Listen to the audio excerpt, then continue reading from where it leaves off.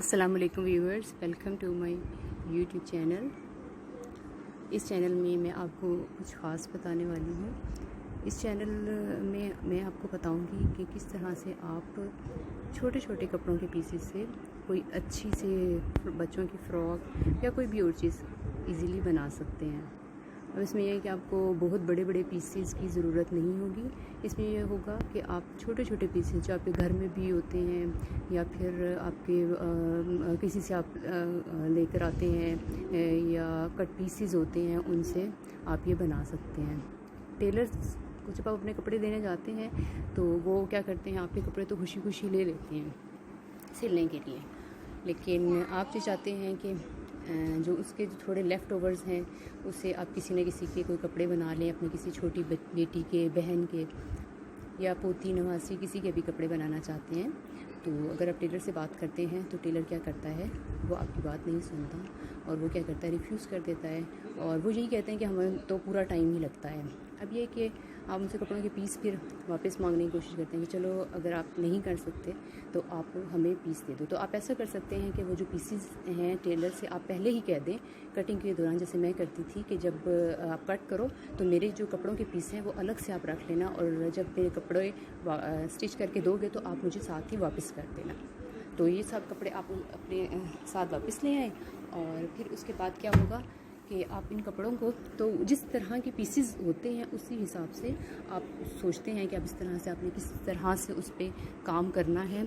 तो उन पीसेस के अकॉर्डिंगली हर तरह की डिज़ाइनिंग हो जाती है। छोटे पीस हो गए, आप उनकी कलियाँ सी बना सकते हो, फ्रॉक बना सकते हैं और ये है कि आप उनको किसी और यूज़ में भी ला सकते हो। अब ये कपड़ों के हैं लेफ़्ट ओवर्स हैं, काफ़ी सारे मेरे पास कपड़े इकट्ठे हो रहे थे। तो मुझे ये है कि मैं आपको साथ साथ बताती चलूँ कि मैं कोई प्रोफेशनल टेलर नहीं, ना ही मैंने कहीं से स्टिचिंग सीखी है। बस ये था कि खुद ही से शौक़ था, थोड़ा बहुत खुद ट्राई करती रहती थी। पहले अपने कपड़े सी लेती थी कभी, अब अपने कपड़ों का टाइम नहीं मिलता था। तो फिर क्या हुआ कि जब टेलर से अपने कपड़े लेकर आती थी तो साथ ये था कि मैं उससे पीसेस ज़रूर लेकर आ जाती थी साथ। मेरी अपनी छोटी बेटी है तो उसके लिए मैंने क्या किया कि बनाना शुरू किए कपड़े। तो जो पीसेस थे, पहले तो वो छोटी थी, लाइक बहुत ही छोटे छोटे पीसेस से भी उसके कपड़े बन जाते थे, लेकिन स्टिल ऐसा होता है कि आप उसके अंदर कोई और पीस लगाकर और कुछ ना कुछ कर लेते हैं। तो अब आपको कहीं पे भी और जाने की ज़रूरत नहीं है। ये जितने भी छोटे बड़े पीसेस हैं इनको संभाल के रखें, क्योंकि मैं आपको बताऊँगी कि इसको किस तरह से आप इस्तेमाल में लेकर आ सकते हैं। ये देखें, ये जितने भी ये छोटे छोटे कपड़ों के पीसेस से ये कपड़े बनाए हैं, स्टिच किए हैं। बहुत ज़्यादा प्रोफेशनल स्टिचिंग नहीं है, इसको आपको बहुत ज़्यादा स्पेशल कोई उसकी ज़रूरत नहीं है। आपको बस थोड़े बहुत आइडियाज़ होने चाहिए और थोड़ी बहुत एस्थेटिक सेंस होनी चाहिए कि आप किस तरह से उस पीस को उसको कहाँ लगा सकते हो, कैसे यूज़ कर सकते हो।